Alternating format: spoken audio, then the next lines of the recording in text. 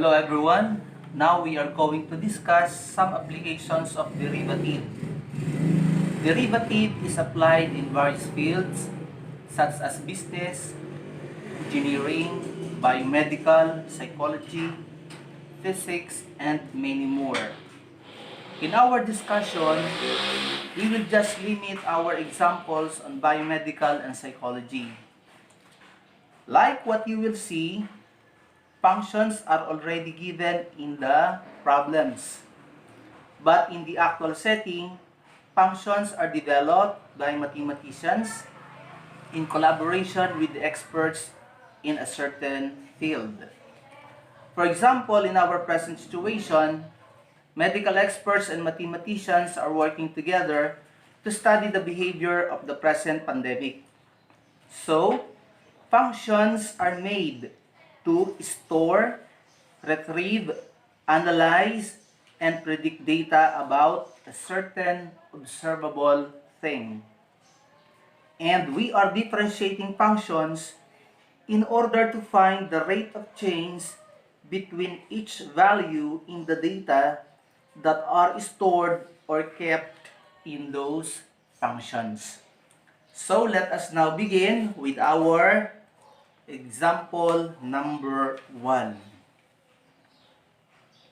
Suppose the number of people newly infected by an epidemic is given by E of t is equal to 15t squared minus t cubed, such that t is greater than or equal to 0 but less than or equal to 15 days.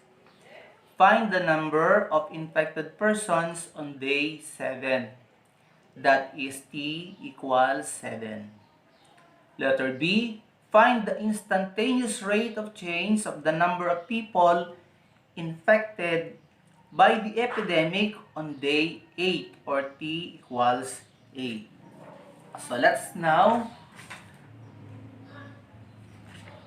begin with our solution.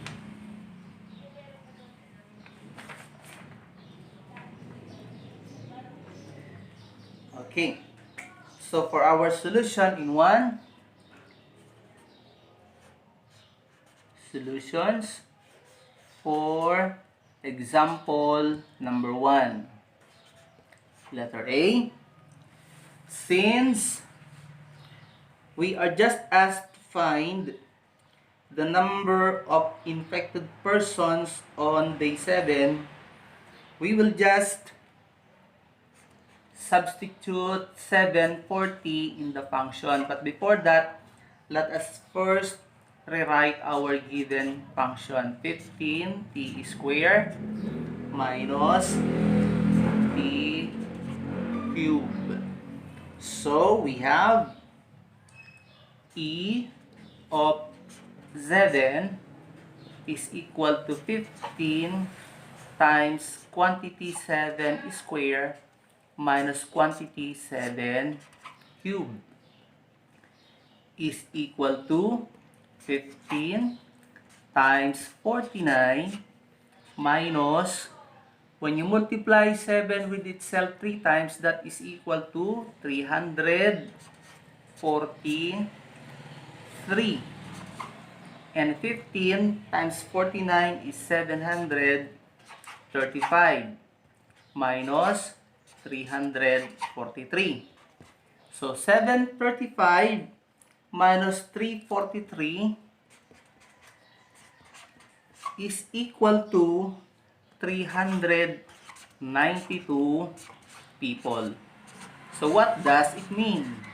It means that on the 7th day of the epidemic, there were 392 people that were already infected. So that's our answer for letter A. So let's have the solution for letter B. For letter B, let us again rewrite our function. E of t is equal to 15t square minus t cubed. Since we are asked to find the instantaneous rate of change on day 8, we are going to differentiate this function. To differentiate it, we shall have e prime of t. E prime is another notation for differentiation. Last time we used dy over dx. So, let us differentiate it. 15 multiply this exponent with that 15, with this 15 times 2 times t raised to quantity 2 minus 1. Remember that we are subtracting 1 from the exponent. Minus, multiplying 3 with t, we have 3t raised to quantity 3 minus 1. Simplifying this further, we have 30 t minus 3t squared. So this is our differentiated function for letter B. And remember that we're going to find the rate of change on day 8. So t is equal to 8. To do that, we will substitute 8 for t in the differentiated function here. So e prime of 8 is equal to 30 times 8 minus 3 times quantity 8 squared. That's equal to 30 times 8 equals 240 minus 8 times 8, 64 times 3, 192. And 240 minus 192 is equal to 48. So, e prime of 8 is equal to 48 people. So, what is the meaning of our answer here? 48 is not the number of people infected on day 8. But 48 means, or this answer means, that on day 8, the number of people infected by the epidemic was increasing by 48 people. Okay? So, that's our answer, or the meaning of our answer for letter B. So, let's now proceed to number 2 example. Number 2, suppose in a psychology experiment, a person can memorize X words in f of x equals 3x squared minus 2x seconds. For x is greater than or equal to 0 but less than or equal to 10 words. Find A, the derivative of x denoted by f prime of x. B, instantaneous rate of change at x equals 5. Instantaneous rate of change means the rate of change at any given time or at any given moment. So let's have our solutions for number 2. Okay? So solutions for example number 2. Letter A. Let us rewrite our function f of x equals 3x squared minus 2x.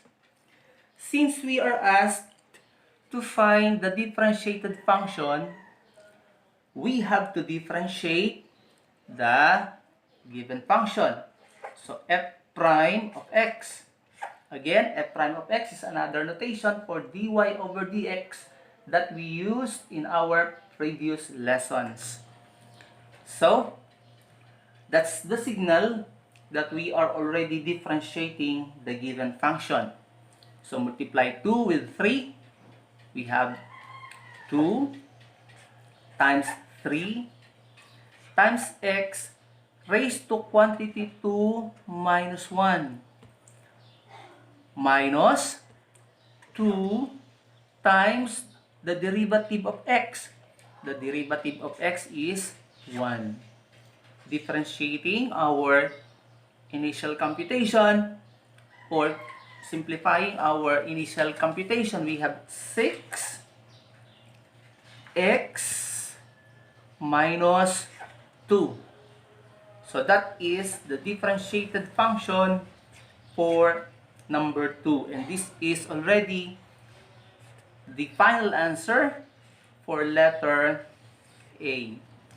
Now for letter B, I'll be using another sheet of paper because the remaining space might not be enough anymore. So letter B, we're going to copy our differentiated function because the question is about instantaneous rate of change. Remember that when you are asked about instantaneous rate of change, the function must already be in differentiated form. Okay? So we have x6x minus 2. And remember that in number 2, we are asked to find the instantaneous rate of change at x equals 5, or specifically x equals 5 words. Okay? So replacing x in our differentiated function by 5, we have f prime of 5 is equal to 6 times 5 minus 2. F prime of 5 is equal to 30 minus 2 is equal to 28. What is the meaning of this 28? It means that when a person has memorized 5 words, then the memorization time is increasing by 28 seconds. Okay, remember that our function is in seconds. Our replacement value is about words, and the result will be in seconds. So this is our final answer for letter